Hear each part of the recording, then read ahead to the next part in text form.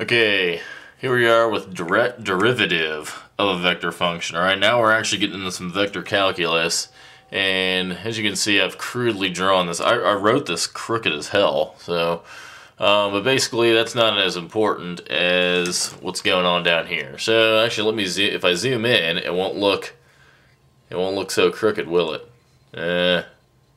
Kinda. Okay, so here's my function right here. You know, it's just a curve.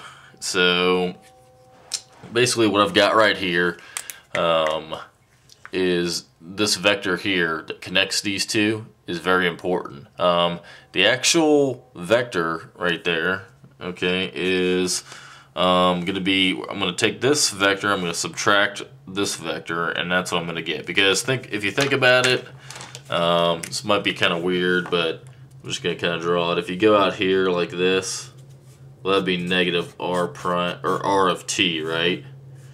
Okay, so that's negative r of t, and I go from, you know, origin to termination point, and then since this vector right here has the same magnitude and direction, I can just kind of shoot it up there, and the same thing. So that's where that comes from.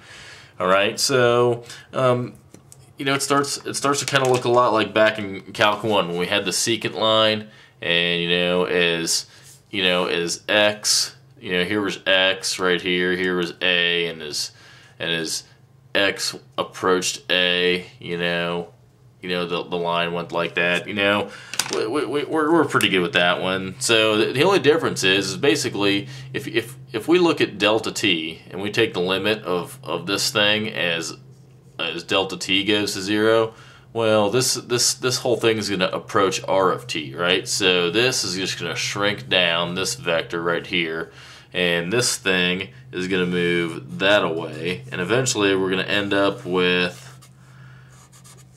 what's called the tangent vector. Okay, so it'll be a vector as well. Okay, so that's what we're dealing with. So let's just go and write it out. So let's take the limit as delta t goes to 0 of r t plus delta t minus r t delta t, and that equals r prime of t. Okay, so it's pretty much just like the last definition, just from regular functions, real valued functions and all that stuff. So there we go, and it's not too tough, not too tough at all. Okay, so let's do some examples of some stuff. You might see with some of these things. So let's see here. God, where do I begin? Where do I begin? So, well, actually, I'm going to end it right there, okay? So, because I don't really have anything to go. We're going to go into taking derivatives like the normal method next. So, we don't need this limit bullshit. So, I'm going to end it, all right? Thanks for watching my video.